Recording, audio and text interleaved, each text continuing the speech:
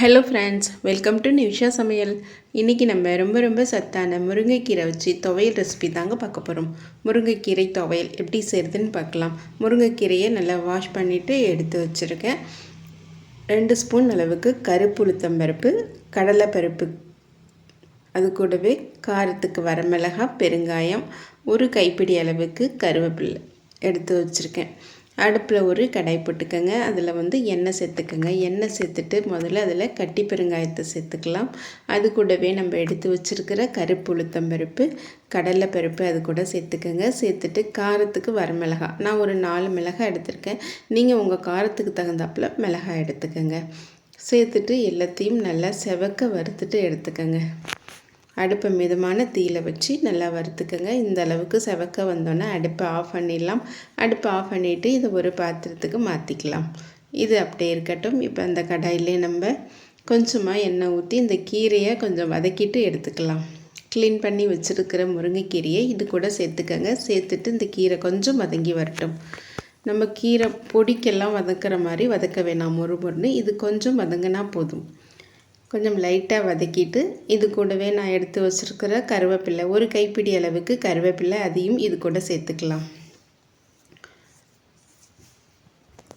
கருவேப்பிலையை இது கூட சேர்த்துட்டு இது கூடவே கொஞ்சம் தேங்காய் துருவல் சேர்த்துக்கோங்க. ஒரு 2 ஸ்பூன் அளவுக்கு தேங்காய் துருவல் இது கூட சேர்த்துட்டு இப்போ நம்ம அடுப்பை ஆஃப் பண்ணிடலாம். அடுப்பை ஆஃப் பண்ணிவிடுங்க. இது அப்படியே ஆறட்டும்.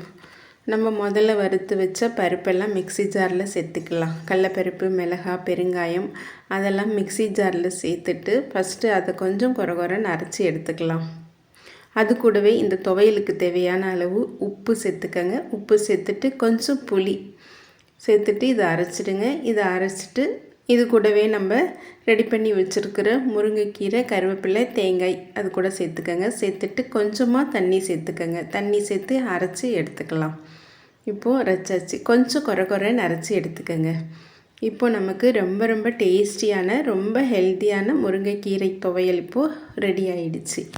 முருங்கைக்கீரையில் நமக்கு அயன் சத்து, கால்சியம் இருக்குது, நிறைய விட்டமின் சத்து இருக்குது. அதனால் இந்த முருங்கைக்கீரையை உணவில் அடிக்கடி எடுத்துக்கோங்க. கூடவே நம்ம கருப்பு உளுத்தம்பருப்பு, கருவேப்பிலையும் சேர்த்துருக்கோம். ரொம்ப சத்தான இந்த துவையலை நீங்கள் ட்ரை பண்ணி பாருங்கள். இந்த துவையல் நம்ம தோசைக்கும் தொட்டுக்கலாம், இட்லி தோசைக்கும் சைட் டிஷ்ஷாக தொட்டு சாப்பிட்லாம். சுட சுட சாதத்தில் போட்டு நெய் ஊற்றியும் எடுத்துக்கலாம். ரொம்பவே டேஸ்டியாக இருக்கும். நீங்களும் இந்த துவையல் ரெசிப்பியை ட்ரை பண்ணி பாருங்கள். ட்ரை பண்ணி பார்த்துட்டு எப்படி வந்துச்சுன்னு கமெண்ட்ஸில் சொல்லுங்கள். மறக்காமல் நிவிஷா சமையலுக்கு சப்ஸ்கிரைப் பண்ணுங்கள், லைக் பண்ணுங்கள், ஷேர் பண்ணுங்கள்.